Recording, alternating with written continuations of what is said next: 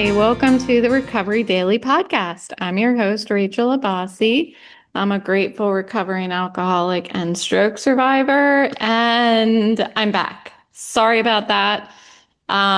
3 days I've been out, and we've been staying in the Airbnb. I'm still at the Airbnb, but it's like a very open space. And with my husband here, it was just a little awkward to do my podcast.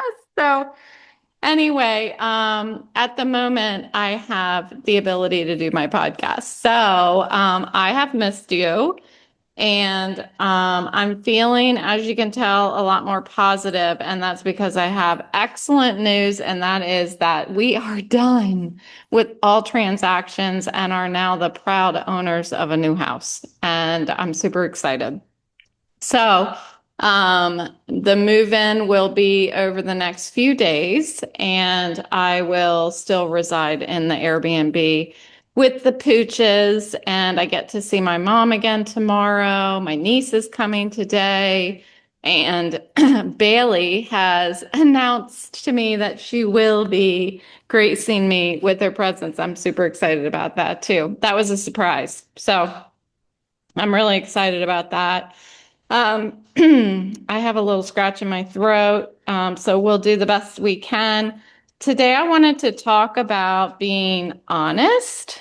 And this is a topic that I've been thinking about for a few days. There's been several topics on my mind, but honesty and surrender has been in the forefront of my mind, and that was really echoed to me today in my morning meeting. So I thought this is definitely the topic that I want to talk about.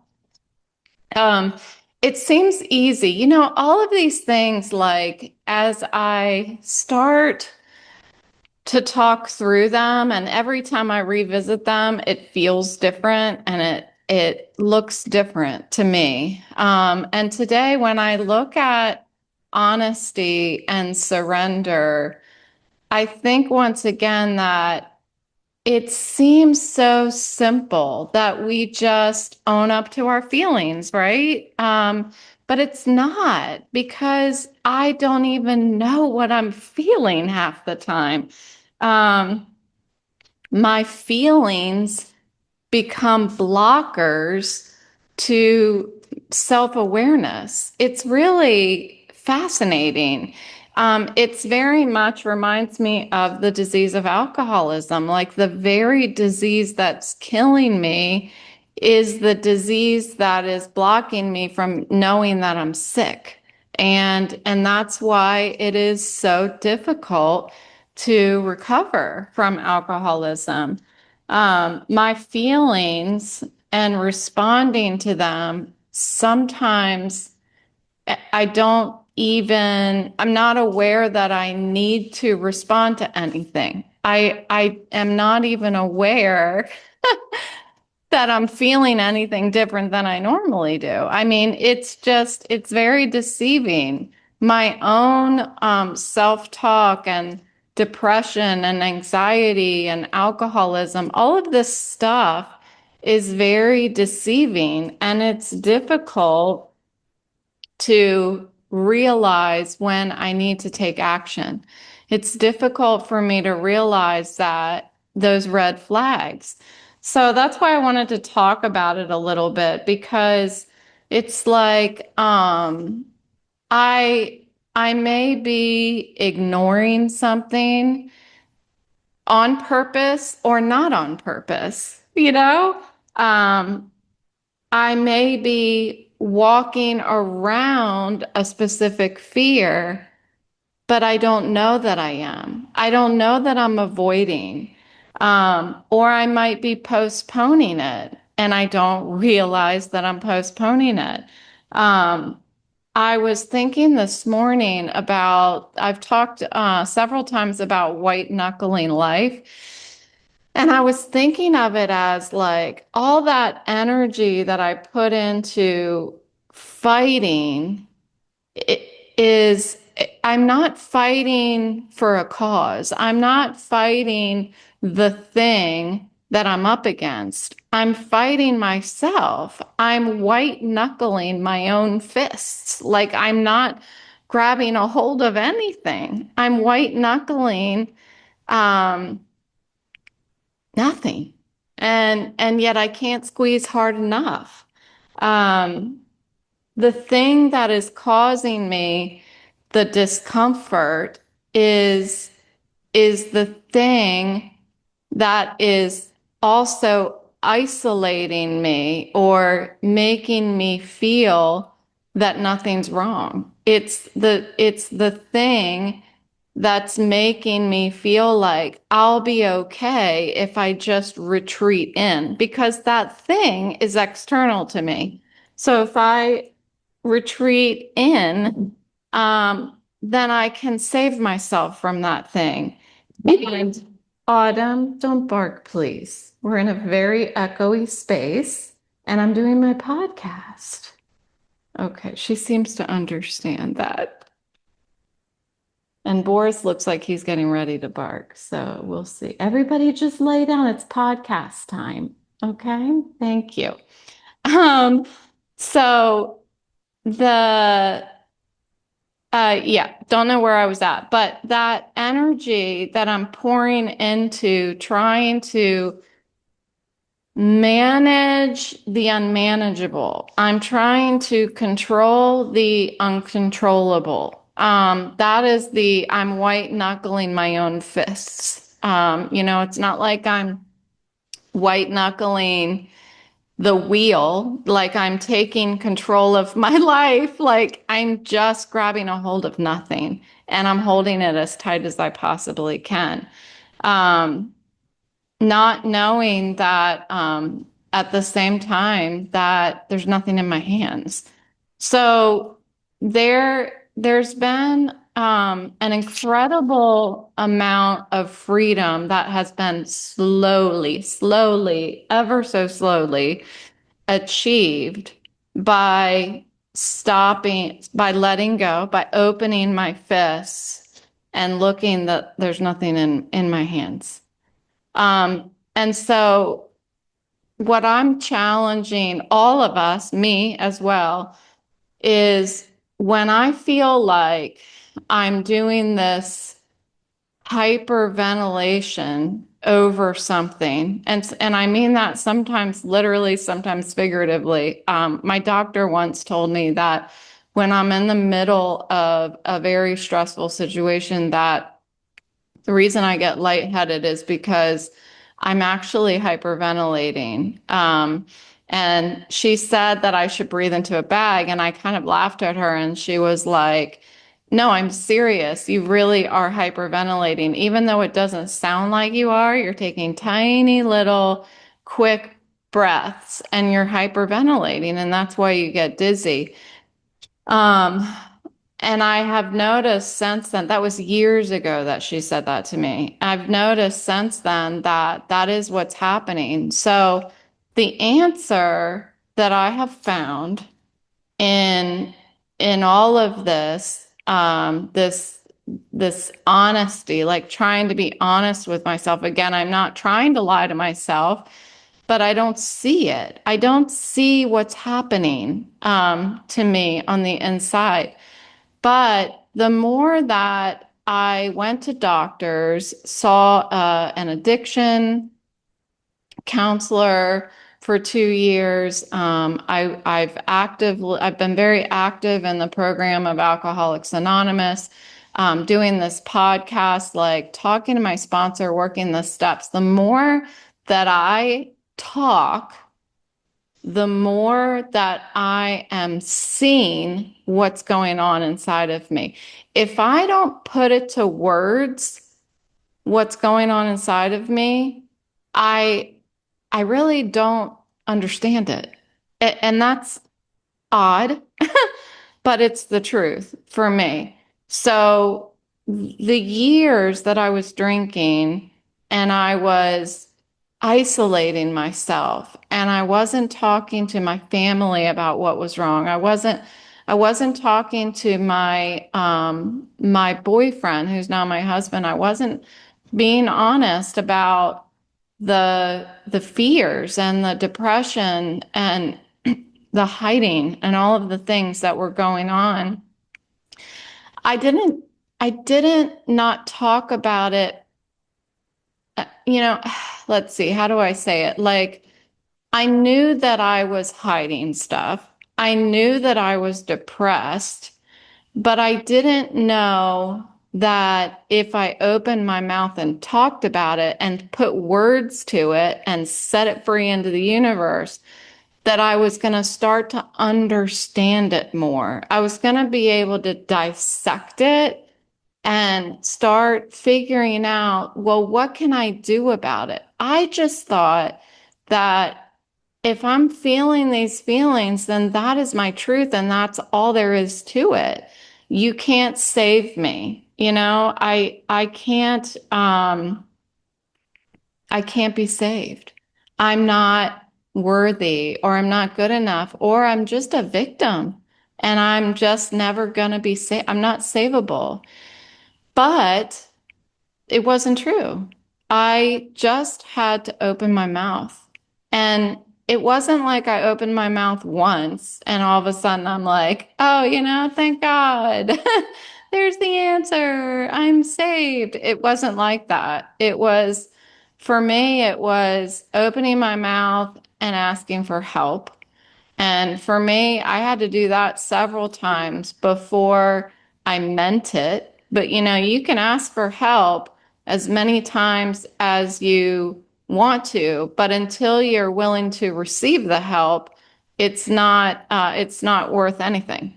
Um, so when I finally was willing to actually listen, so I opened my mouth, but then I was willing to listen to the response. Then I started to see my words come, um, take form. Like I can start seeing this world inside of me that I was creating, and how it was a lie. It was I was lying to myself about who I was. I was belittling myself. I was ignoring myself. And and so putting words to it and then listening to the response, that's when it all started to come together for me. Um, it is one of the bravest things I've ever done in my life. Um, Opening my mouth and getting honest and saying I have a problem. Um, I wish I had talked about it when I was younger. Um, but I was too young to understand. Um, I didn't know that I needed help. I didn't know that there were other people like me who suffered from depression and that there was a solution somewhere. I just thought that that was my destiny. I was meant to live out my life in a very sad way. I thought that my life couldn't be any different than what the way it had been so far. Um, and I reached this point where if I realized that if I don't save myself, if I don't tell somebody that something's really wrong, I'm gonna die. And that was that was my low. Um, I didn't reach this low where I couldn't pay my bills, or that I was gonna lose my kids or lose my boyfriend or anything like that.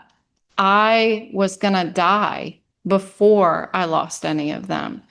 And things happen to people differently. People reach different lows. Some people lose their family and their kids and their husbands and their houses before their life is in danger from the disease of alcoholism. Mine was different. Mine was, I was going to die before I had to suffer the consequences of losing anyone in my family.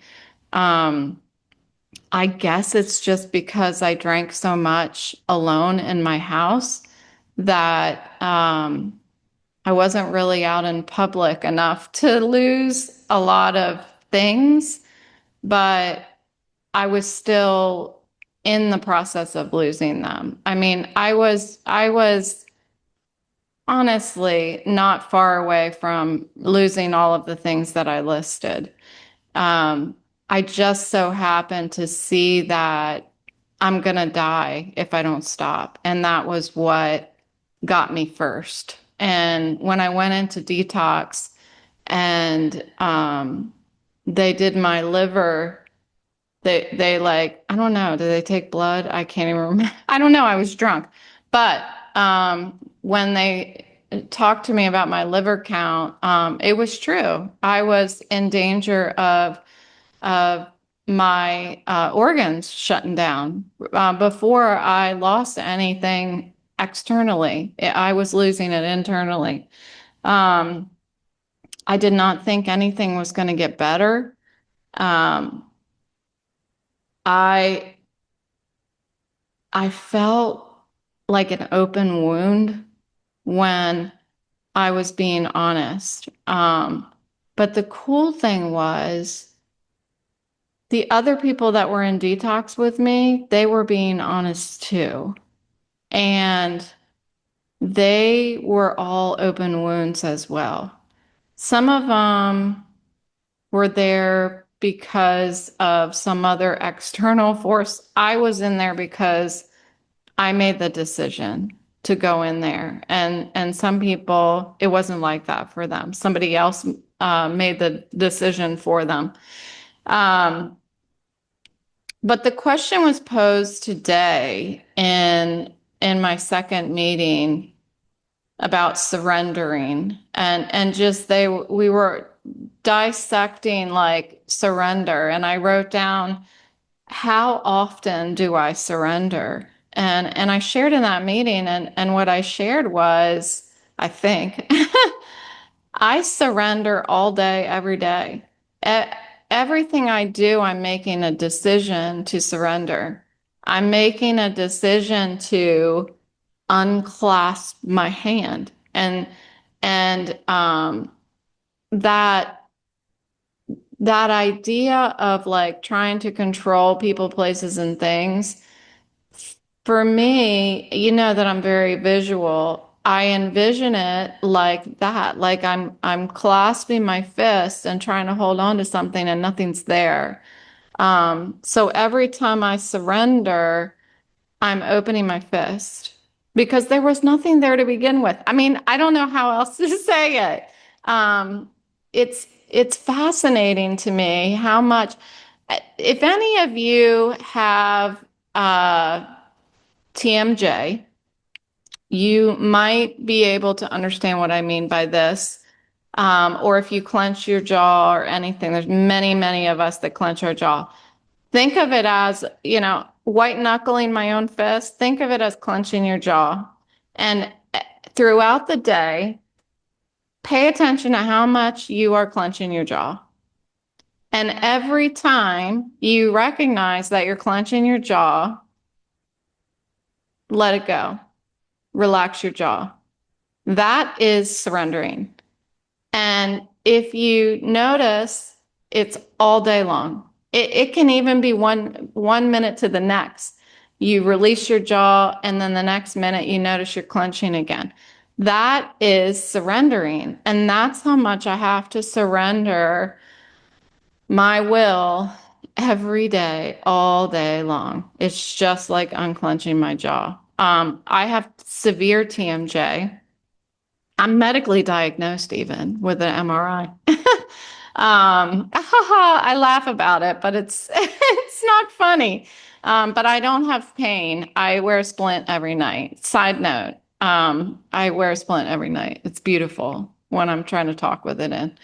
Anyway, that's a great representation of the surrender. And as I've been going through, I went to vestibular therapy, I got the MRI on my jaw, and they said that I had severe TMJ. I said, that's not my problem. That's not what's causing my vestibular disorder and or my headaches, because I've had that all my life. Since I was in high school, I've had TMJ. So all of a sudden, no. Um, but what they said is, we really want you to work on making sure that you're not clenching your jaw. So I've gone through this process again, my whole life, noticing when I'm clenching my jaw and letting it go and releasing my jaw. And I have noticed that letting go of my will, surrendering, mimics that same process. So